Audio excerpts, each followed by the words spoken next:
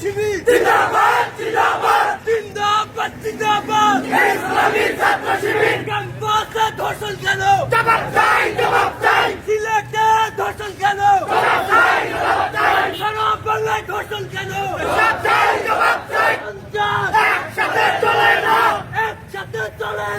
শিক্ষা সন্ত্রাস শিক্ষা ছাত্রলীগ একসাথে চলে না ধর্ষণদের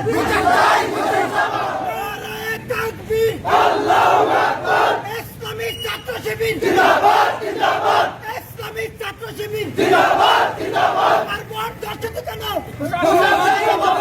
শাসন জবাব চাই আমার বোন ধর্ষণ কেন ছাত্রলীগের কালো হাত ভেঙে দাও গুড়িয়ে দাও জিন্দাবাদ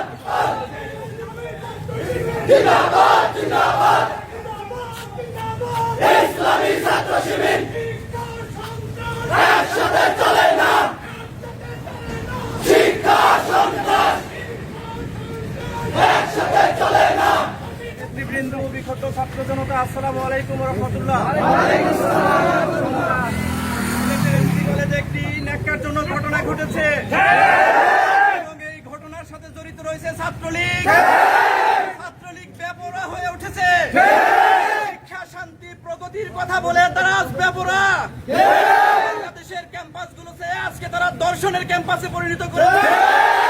ইসলামী ছাত্র শিবির এর দৃষ্টান্তমূলক বিচার দাবি করছে। আজ শাহজালালের পুণ্যভূমিকে তারা কলঙ্কিত করেছে। ছাত্রলীগের কারণে আজকে ক্যাম্পাসগুলো অপবিত্র হয়ে গিয়েছে। আজকে আমাদের মা ও বোনগুলো আজ ছাত্রলীগের কাছে অনিরাপদ। আমরা মনে করি ছাত্রলীগের কাছে আজ বাংলাদেশ নিরাপদ নয়। ছাত্রলীগকে বাংলাদেশ থেকে নিষিদ্ধ করতে হবে। ছাত্রলীগকে বাংলাদেশ থেকে আইন করে নিষিদ্ধ করতে হবে। এই ছাত্রলীগের এই দর্শনের ইতিহাস নতুন কোন ইতিহাস নয়।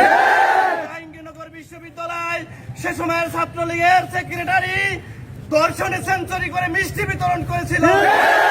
এই জায়গা থেকে এই ছাত্রলীগ এই দর্শনের কালচার শিখেছে। ছাত্রলীগের সেক্রেটারি বলেছে তাদের নেতা কর্মীদের মধ্যে নাকি নারীর দিক সংগঠনে নেই।